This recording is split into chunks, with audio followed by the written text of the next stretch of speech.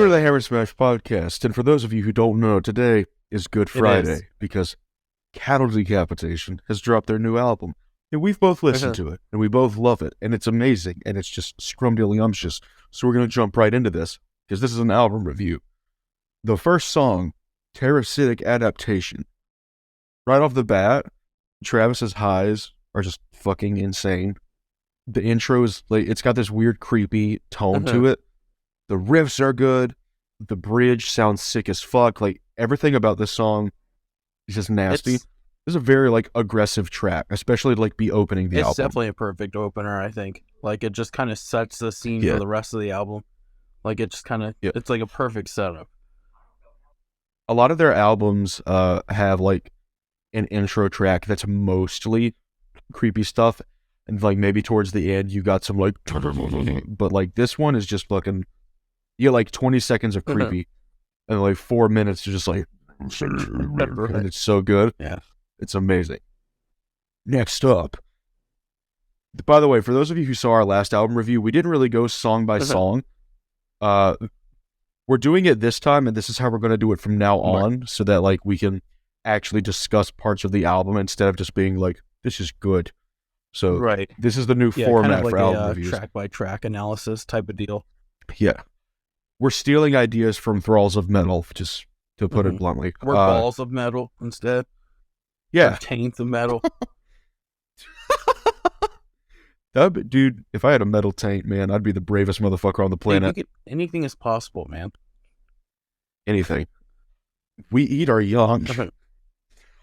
So, the overall tone on this specific song, like especially the riffs and everything, sounds like it would be kind of like on an older album. Like this sounded like something off of Monolith of Inhumanity.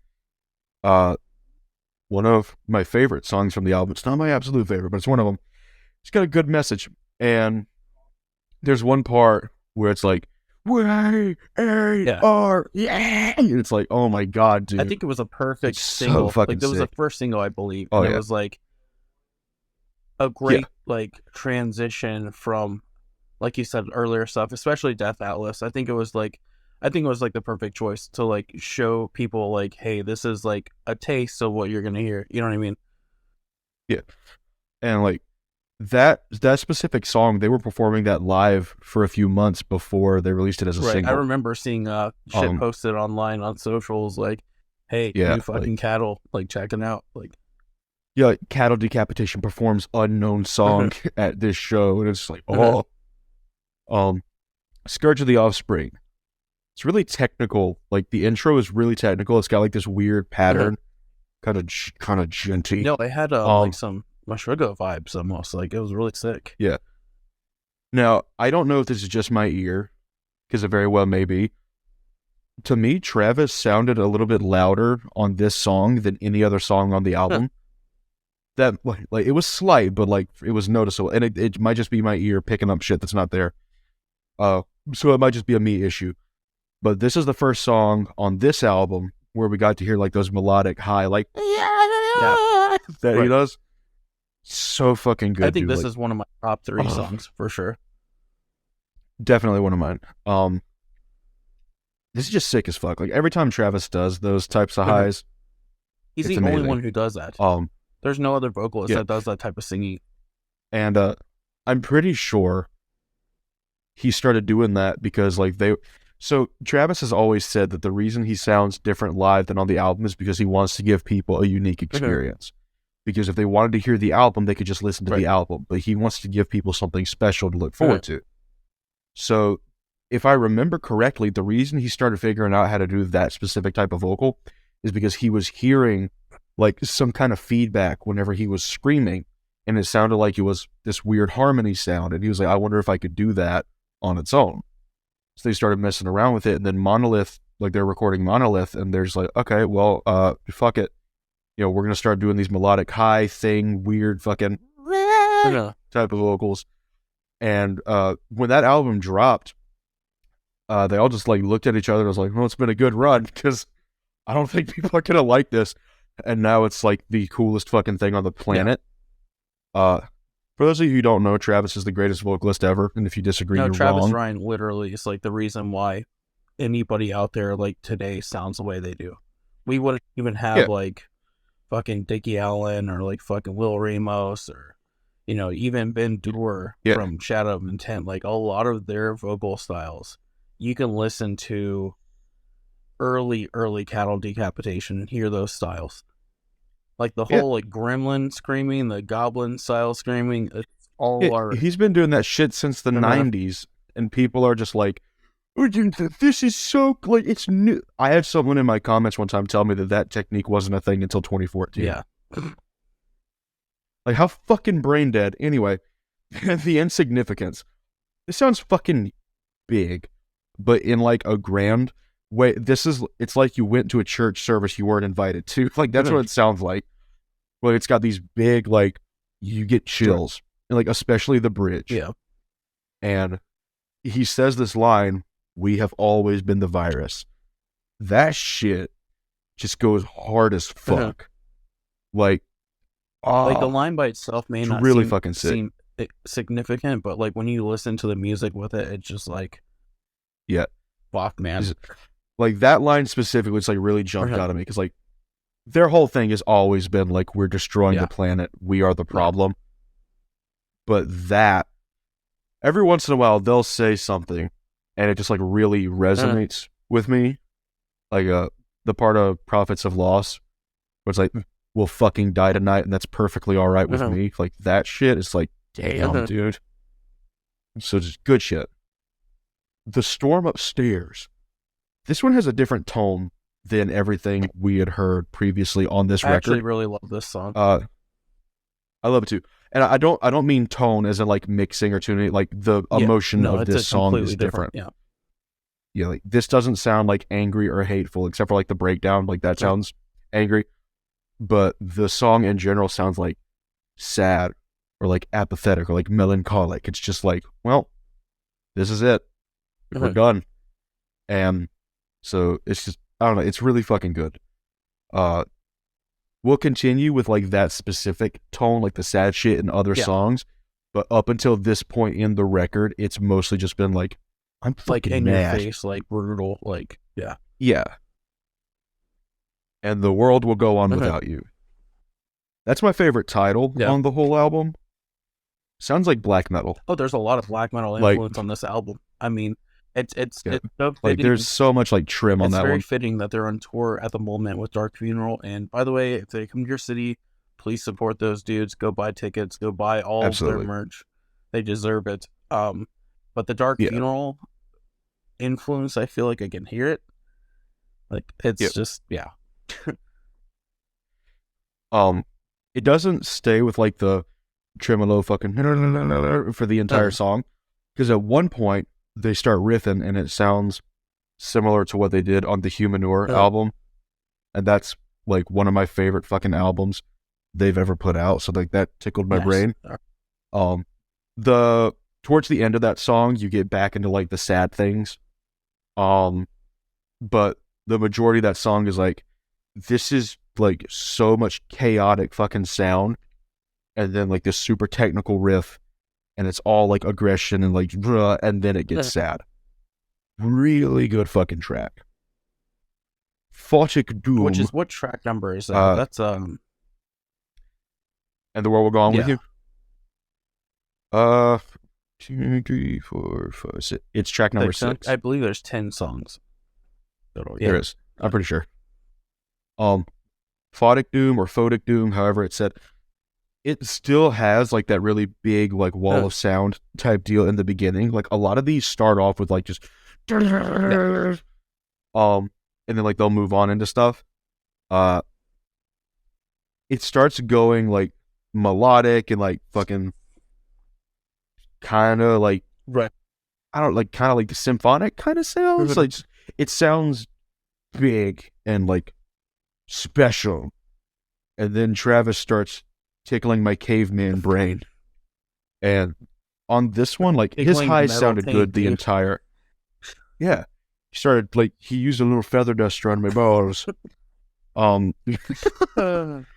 So on this entire record Travis sounds sick, but his highs on this fucking song, dude, like it just gave me fucking chills where like my jaw like literally dropped open. Like I couldn't believe If you people haven't listened to this album, you really need to. Like, this is some of It's their really best fucking important. work This album is ever. very important right now. It's just so This is yeah. big. Also, his highs didn't sound as layered on this song. And again, that might just be like my ear picking things up, but like you could hear all of the like gurgling underneath his highs. Instead of like it sounded like a choir of shrieking, it sounded like one critter making that sound. So, and again, that might just be my ear, but it did sound like pretty. Compared to like other parts of the album, it sounded like very isolated. Like this is Travis. And there's more like the melodic vocals there, and God, it's just so fucking good, dude. And I know we're like skipping through this pretty quickly, but we're trying to keep this to like 15, 16 minutes. We also don't want to like tell you everything that happens in it, because so that you go whole listen point to is it. we want to convince you to listen to it for yourself. You know what I mean? Like, go listen to this shit. Even if you think you won't like it, listen to it, or I'll find you. Dead End Residence has one of the coolest intros on the entire album. It's not my favorite song on the album, but like their intro is definitely like, this is it. Everything Travis says on this song is way more clear. Like there's a lot of enunciation on this song specifically. And the breakdown riff is disgusting. Dude, it's fucking absurd, dude. Now, Solastalgia. This is my favorite fucking song on the album. Like, hands down. The intro is fucking amazing. There's this section that it's about like a minute in, like maybe a little less than a minute. But they start doing this riff, and like there's this orchestra stuff in the background. It sounds like Nile. Yeah. Like that fucking, it's so fucking good. And like hands down, this is my favorite song on the record. There are a few spoken word sections, but that actually at no drew me point, off. I didn't expect it, and it's really sick. Yeah, it's sick. Like there are a lot of times when like a band will be like, "Oh, we're gonna do a spoken word thing," and it destroys the momentum of the song. That doesn't happen here. Very this, like eerie, like fits. Very like yeah. I don't know. It's like a very sinister, like creepy vibe. Like I love it. Yeah, and it's like again, when they did the spoken word stuff, it didn't break up the momentum. It didn't interrupt the song. It added to it, which is it's sick. Sounds amazing. The final track. And this one is my favorite. This is my favorite of the entire album by far. This is this album specifically, Terrasite. This is their long song. Like every album since 2012, except for Medium Rarities, I think, has like their dedicated long track. And this is this band's band. This is this record's long track. And usually on Cattle albums, the long track is like the saddest one. Like this is where shit is just like, and that is hands down what this song is. Like it's about losing ones that are close to you. Yeah, it's very sad. And his singing in this track like kind of blew my mind. God, so dude. Normally when we think of Travis Ryan singing, we're thinking of like the Goblin singing, like very like almost like in its own way, like operatic screaming. Like but in this one, it's like real, like from the heart, just normal, normal voice register singing from Travis. I don't know. I can't recall another song. I think he did that on Death Atlas. Did he do? Okay. Like the song Death Atlas. Okay. Because there's a section that was like, something, something till we expire. I don't know the lyrics, but there was that. But whenever he does that, it always sounds good. Like Travis just has a good voice. He has a good singing voice. He really does. He has a really good singing voice. This song is fucking depressing in the best way possible. He does the melodic high at parts, and like it's got everything you want from a Cattle Decapitation song while also being like the big sad track of the album. Like you have the riffs, you have the technical stuff, you have the screams, but you also have like fucking heartbreaking shit in here. If you were to look at the album as like a movie, this is absolutely in every way the climax of the movie. Like it's just yeah. this is the part where the hero dies. Yeah. Like this is right. Like this is some sad Right. shit.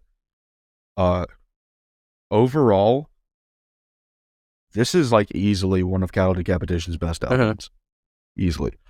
I'm not gonna say that it's my favorite thing they've ever put out. I think it's too early to make that call.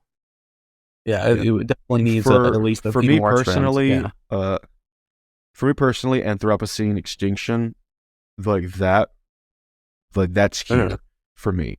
But this is super fucking close, dude. Like, I like this more than I like Death Atlas, and I fucking love Death Atlas. This is easily one of, if not the best release we've had so far this year. Oh no, I think it actually band. is. As of right now, I think there isn't another record that's come out this year that's better. Yeah, and like this is just objectively one of the best albums ever put out. I think this will land album of the year for me, and I think a lot of other people too. Yeah, like this is fucking sick. Beginning to end, this is sick. And like, for anyone watching this who doesn't know what Cattle Decapitation is, they've never listened to them before. They started off as a grind band, and they slowly started putting more and more death metal influences into it. And then 2012, they decided to do more like melodic death metal stuff. It's very technical too. It's like technical. It's really technical. Like, it's so sick. Yeah, it's so fucking sick. And Medium Rarities, out of every album since 2012, Medium Rarities would be the exception, because on that one they kind of go back to the grind, writing like really short songs, like I think it's the Recapitation of Cattle. It's like a 4-second track, but stuff like that. But as far as like Monolith Inhumanity, Anthropocene Extinction, Death Atlas, and then these are their like melodic, big, like the world is coming undone, and like we're the ones who did it. Like this is that, and like it is so fucking sick. One of the best albums they've ever put out, and you should absolutely listen to it. Like, again, if you've never listened to them before and you just want your fucking mind blown, listen to this album. Also, if you really enjoy the album, go buy it. That would help them. Absolutely. Support the band. Like, buy a shirt, buy a poster, buy a vinyl, buy it also CD, helps that Cattle has some really sick merch too. So, oh, dude, I gotta get some Cattle merch at some point. Yeah. Like, they're just so fucking good, dude. Everything these guys do is good. They don't have a bad album at all, but this is definitely like this up there. What would you rate this album for you? 10 out of 10, dude. Yeah, 10 out of 10. I don't have a single gripe with this thing. Like, even the parts where I was like, I think on this song he's louder or like whatever, like even that, like, it didn't take me out of it. It was just like my brain was like, oh, there's that. I was gonna go with a 9, but like after listening to it a few more times, like the production quality enough is so fucking fantastic that I have to go with a 10 too. Yeah. And again, as far as like I think he's louder on this track, that might have just been my ear. Like, it really might have been. But even if it wasn't, it still didn't like take anything away from this album for me personally. Like, I love this track. I love this album. I love everything about it. Yeah, same. So same. Good album. Right on. Yes, sir. All right, well, we will be back with another review. If you have any... Sorry. If you have any... I thought I was going to do the No, I just got kind of excited. If you guys have any suggestions or if there's any albums that you want us to take a look at or listen to, just let us know. If there's anything coming out, if you have an album coming out, you maybe want us to check it out. Please. We're always looking for new music. Yes. Yeah. That's something we haven't done before. So if any of you are in a band, or like you have a friend that's in a band and you want us to check out their work, like, let us know. We'll look at it. I'm always looking for new music. Andrew is too. Like, if you're in a band or you got a homie that's in a band and you really want to know like the Hammer Smash opinion, like, just let us know what they are and like we'll check them out. If it's really fucking good, we'll even make an actual like official review. Absolutely. But yeah, that sounds awesome. We appreciate you guys. Thank you so much. Yeah. And we'll catch you next time. Hug your family. Yeah, and make sure you check out our newest episode, number 10. Actually, it is number 10. We talked about UFOs. We talked about UFOs. We talked about peach cobbler, conspiracy theories, and killing fish. So go ahead and check that out. That's out right now too. So appreciate it, guys, and we'll see you soon.